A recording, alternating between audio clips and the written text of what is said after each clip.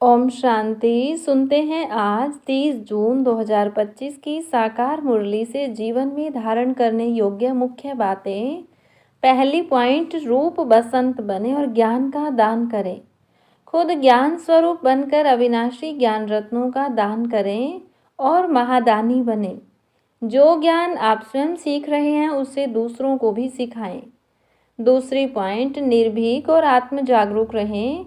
किसी भी बात में उलझन या डर महसूस न करें। अपनी आत्मा की स्वयं देखभाल करें और खुद से पूछें कि आप किस प्रकार का फूल हैं। क्या आप में कोई अवगुण या बदबू तो नहीं है। तीसरी पॉइंट, याद की यात्रा पर ध्यान दें। अपनी बुद्धि में यह स्पष्ट रखें कि आप इस दुनिया से वापस अपने मूल घर लौट रहे हैं। जितना अधिक आप याद की यात्रा में मेहनत करेंगे उतनी ही अधिक खुशी और सतो प्रधानता आप अनुभव करेंगे। यही आपको खुशबूदार फूल बनाता है। चौथी पॉइंट, सदा खुशी में रहें।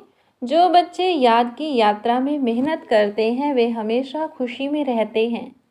यह खुशी इस बात की निशानी है कि आप सही रास्ते पर हैं और अपने लक्ष्य के करीब पहुंच रहे हैं। पांचवी पॉइंट, कांटा नहीं फूल बने। बाबा कहते हैं कि इस ईश्वरीय बगीचे में कोई कांटा नहीं होना चाहिए। इसका अर्थ है कि आपको विकारों से मुक्त रहना है और दूसरों को भी इनसे मुक्त होने में मदद करनी है। माया के तूफान आएंगे लेकिन उनसे डरना नहीं है बल्कि अपनी कमाई को बचाना है। छठी पॉइंट, बाप की महिमा को समझें। भगवान दुख हरता और सुख करता है, उनकी महिमा निराली है। वह निष्काम सेवाधारी है जो आपको विश्व की बादशाही देने आए हैं। इस ज्ञान को अपनी बुद्धि में बिठाकर उनकी सच्ची महिमा को समझें और दूसरों को भी समझाएं। सातवीं पॉइंट, महादानी बने। अविनाशी ज्ञान रत्नों का दान करके महादानी बने। यह ज्ञान ही सबसे बड़ा दान है जो मनुष्यों को देवता और रंग को राजा बनाता है। आठवीं पॉइंट, स्वयं को अकाल मूर्त समझें। आप आत्माएं अकाल मूर्त हैं जिसे काल खा नहीं सकता। यह स्मृति आपको निर्भय और शक्तिशाली बनाएगी। नौवीं पॉइंट, निष्कपट और समर्पित बने। बाबा कहते हैं कि बगीचे में कांटा नहीं होना चाहिए, यानी हमें विकारों से मुक्त रहना है। जब तक हम बाबा की गोद नहीं लेते तब तक तूफान कम आते हैं, लेकिन गोद लेने के बाद माया के तूफान आते हैं। इसका मतलब है कि जब हम पूरी तरह समर्पित हो जाते हैं तो चुनौतियां बढ़ सकती हैं। ऐसे में हमें अपनी आत्मिक कमाई को बचाना है और दृढ़ संकल्प से अपनी कमजोरियों को जीतना है।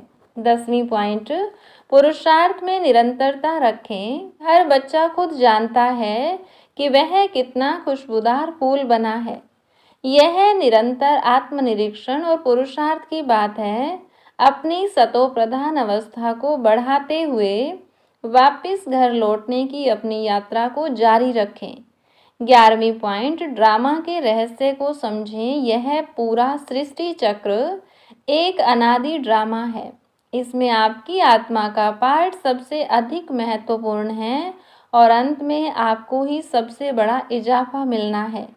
इस ड्रामा के ज्ञान को समझने से आपको मुश्किलों में भी धैर्य मिलेगा। 12वीं पॉइंट, श्री लक्ष्मी नारायण बनने का लक्ष्य। सभी बच्चे श्री लक्ष्मी नारायण बनने का लक्ष्य रखते हैं, जिसका अर्थ है गुलाब के फूल जैसा बनना। इस लक्ष्य को अपनी स्मृति में रखें और उस अनुसार पुरुषार्थ करें। 13वीं पॉइंट, साधन सेवा के लिए हैं। साधन सेवाओं के लिए हैं, आराम पसंद बनने के लिए नहीं। यह स्लोगन याद रखें। जो भी सुविधाएं या साधन आपको मिलते हैं उनका उपयोग ईश्वरीय सेवा और अपनी आत्मिक उन्नति के लिए करें, न कि आराम पसंद बनने के लिए। अच्छा, ओम शांति।